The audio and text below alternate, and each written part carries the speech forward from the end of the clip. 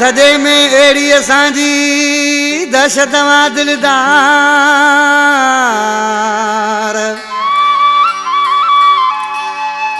तर सजे में एड़ी असांजी दहशत वा दिलदार वो नालो आनिरवार जफर कलोड़ा डिगड़ी में आज किसी छाट बजे गुरदार चाणिया ओ शियन सा तू न फिटा फिटी हो जाई त बुधा शियन सा तू न फिटा फिटी हो जाई त बुधा अला के मन सुधरी वन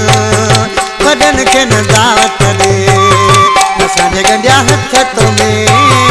विंदे तू ही जुई छदे शियन सा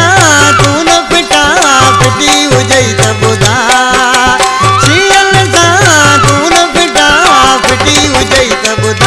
अलाखे मन सुधरी वन वडन के न दावत दे असांजे गंडिया हथ तो में विंदे तू ही जुई छदे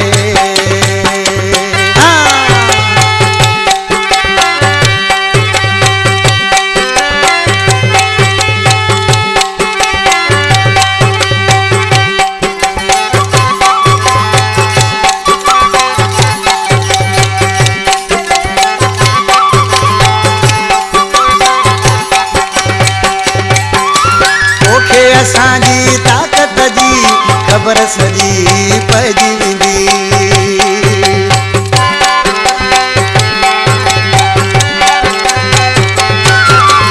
तोखे असांजी ताकत जी ख़बर सजी पइजी वेंदी चई थो छॾियां तू न फिटा फिटी हुजई त ॿुधा अला खे मन सुधरी वञ वॾनि खे न दावत ॾे असांजे गंडिया हथ तो में विंदे मौज हुई छॾे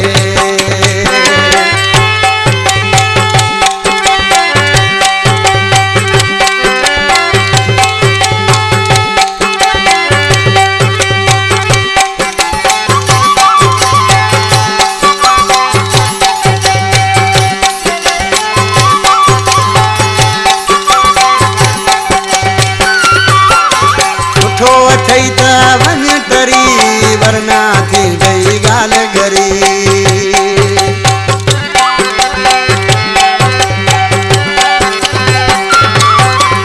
उठो अथई त वञ तरी वरना थी गई गाल घरी खुशी वींदे सभा तू न फिटा फिटी हुजई त ॿुधा अला खे मन सुधरी वञ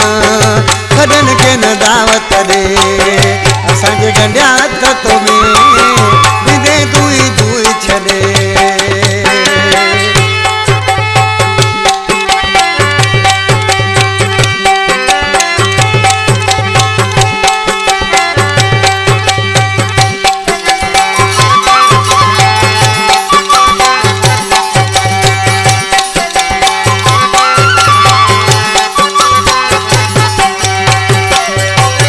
जफर कलोड़ो डिगरी में सीनो खोले घुमंदो आ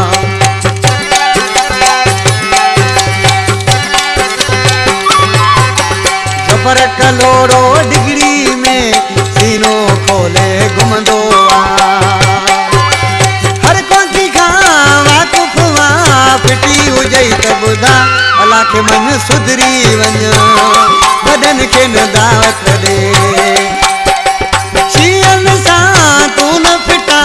फिटी हुजई त ॿुधा अला खे मन सुधरी